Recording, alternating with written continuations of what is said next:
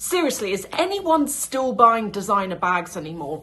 I really feel like there was a change a couple of years ago, and I don't know about you, maybe you're still buying them, but I've seen like a really big decline in the amount of people on the internet who are buying these bags and doing those huge unboxings you used to see a few years ago. People are still doing them, but not on the scale they used to. And I, for one, I am so over buying designer bags from the store. Hi everyone, welcome to another video. I'm here this morning. Well, it is morning. It's about, I don't have my watch on. It's around about 7 a.m. I'm up quite early today, but I have got two new designer bags to show you in these boxes here. And you know, there's a twist. I want to say that these bags are probably I'm not even joking, they're the smartest purchase I have made this year. And I want to talk in this video about smart luxury versus luxury, because I do think there is a difference. I do think there's been a real change over the last couple of years, a move towards quiet luxury, a move towards more people thinking, I want that quality, I want quality materials, quality stitching, quality hardware, but I don't necessarily want a huge logo because it can be a security issue, or maybe you're just not in it anymore, you're not into that anymore. But I do feel like there's been this change, and a lot more people I am seeing, my friends included. I've got one friend who's like big into designer bags, and she used to, I hope she doesn't mind me saying, she bought bags more than I did a few years ago. You know, we'd both be like on WhatsApp being like, what did you buy today? Let me see it. Now she is so not into it, and she's buying from contemporary brands that cost a lot less, that are really good quality, or she's buying secondhand. And that's exactly where I have found myself. So I'm going to unbox the first bag. I'm going to talk briefly about this brand. And then what I'm going to do, I'm actually going to compare this bag, these two bags, to this. This is the Hermes Picotin. And the thing is with this bag, it's very good quality leather, as you would expect from Hermes. However, it's actually quite a simply constructed bag. And this bag was nearly £4,000. I did buy it secondhand. If you can get it from Hermes, it's currently £2,700, but I'm going to compare it because I've already had a peek at these bags and I'm blown away by the quality. I'm so pleasantly surprised. Okay, so here we've got the first one. Look at this. Gorgeous packaging. You wait until you see it. This is Hermes Kelly vibes, this bag. So this is the dust bag from a New York-based brand called Parisa Wang. Look. Oh my God, isn't she gorgeous? This is the Grace top handle bag. I'll link to everything below. I'm gonna see if they'll give me a coupon code. Maybe they will.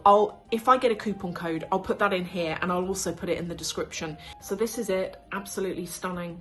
Oh, and look at the back. It's got like a little thing on the back with the logo, just emblem there. Beautiful bag. On the inside, so to open it, this is what I mean about how it feels like the Kelly. But to open it, can you see there's this little metal button here? So you push that up to open the bag, and look at this quality. Look at that. Look at the stitching. And I want to talk as well about the material. So it's fully lined with suede. Well, there's a combination in there actually. So there's a combination of like a material, a sort of canvas material, but the pockets, etc., are all suede, and it's this beautiful, squishy. So this is actually, I think this is one of the, so you can get this in a couple of different leathers. This is the soft version, suede, in soft taupe is the colour name. And comes also with a crossbody strap. I'm going to style it and I'm going to show you what fits in it as well, just so that you can see. But what drew me to this brand was that they are all designed in New York City, in New York, obviously New York City, NYC. They're all designed there. But the difference is Parisa Wang is an actual real person, okay?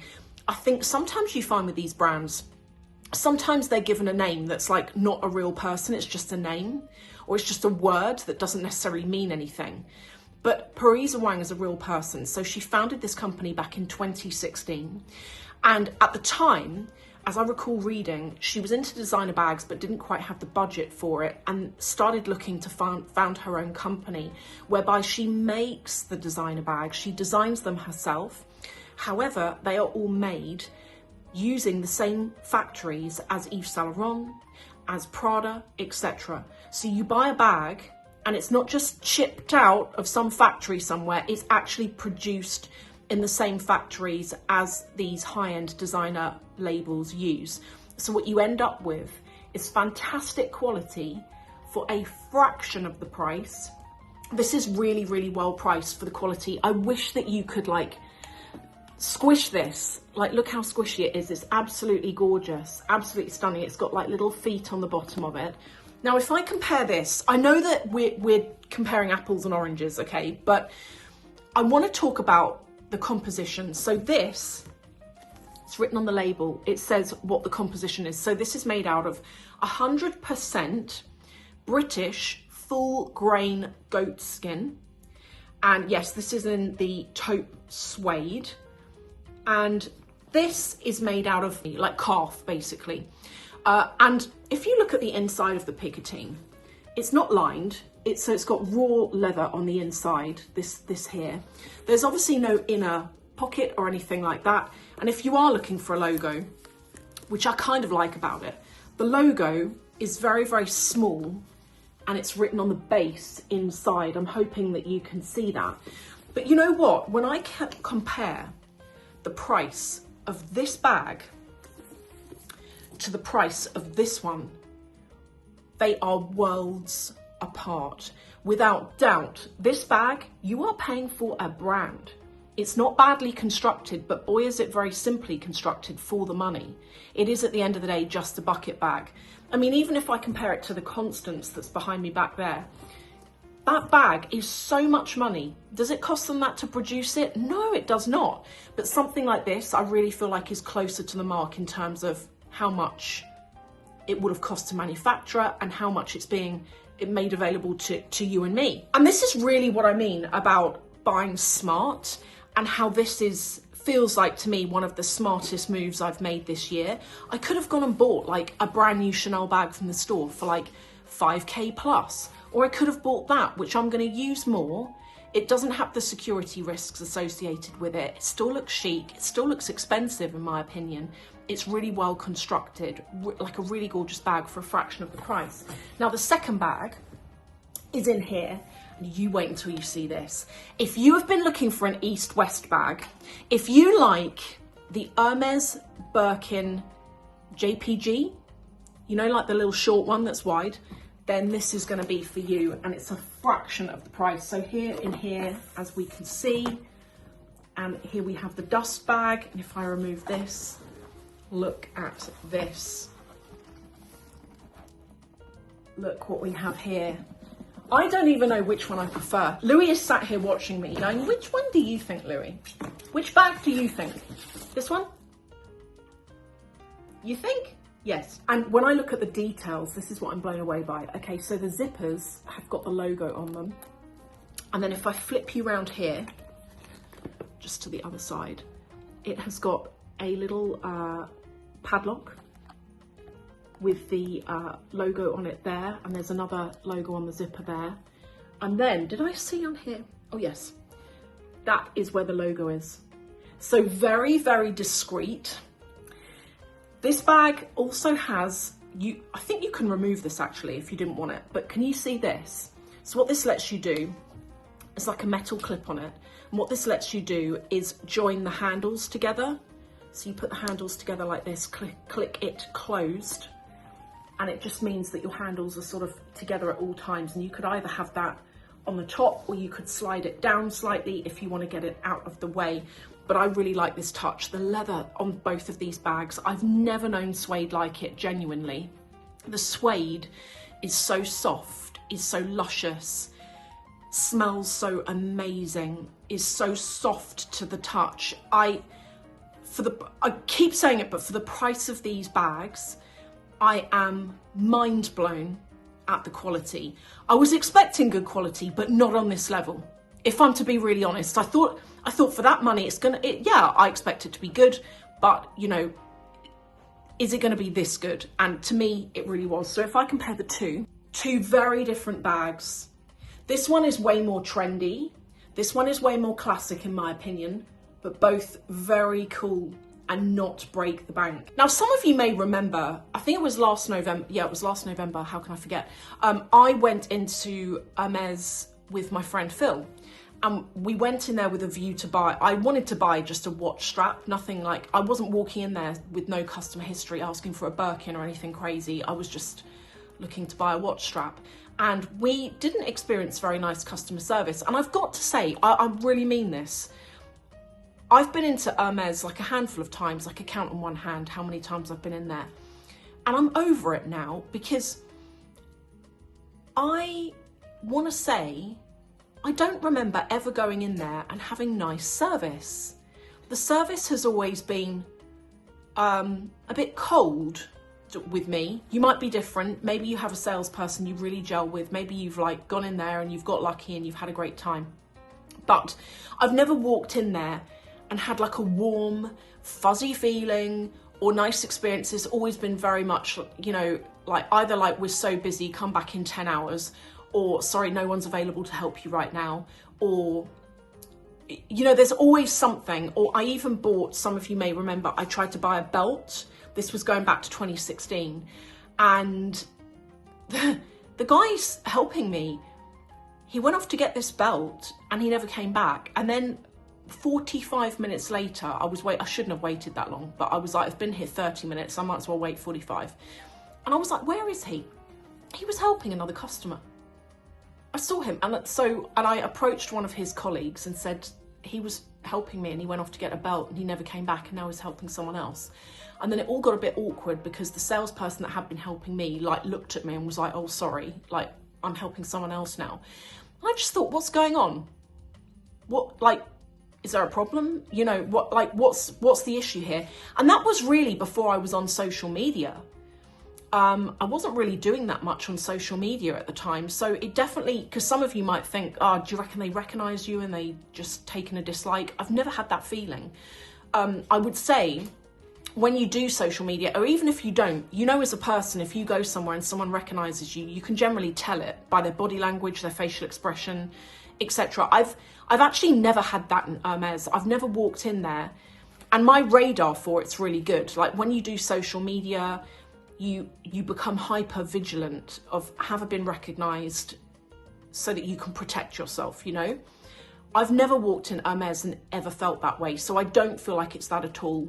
I'm like a no one on the internet, like let's be honest, I'm not like some massive person with millions of followers, you know, I'm like a no one, so I don't expect to be recognised either, but I've certainly never had that. I just feel like that's just been my unfortunate experience on the occasions where I've been in. So I don't plan on going back to Hermes anytime soon. If I buy anything, I might possibly buy off the website, but even that's at a push because I'm like, if I'm not good enough for you to take my money, then why am I gonna chase you and give you my money? And I've decided now that if I buy Hermes, it's gonna be secondhand. And that will mean in some cases that I have to spend more on a product than it would be if I can get it new. I get that. But that's what I'm going to do. I'm going to buy pre-loved. Now, designer bags, are they over? I have spoken about this before, and I've had a lot of you kind of like say to me, do you know, I've kind of gone off buying them. Maybe your life has changed. So for me, I've just grown up and my priorities have changed, and there are other things I'd rather spend my money on than another bag that's going to sit on a shelf in my dressing room.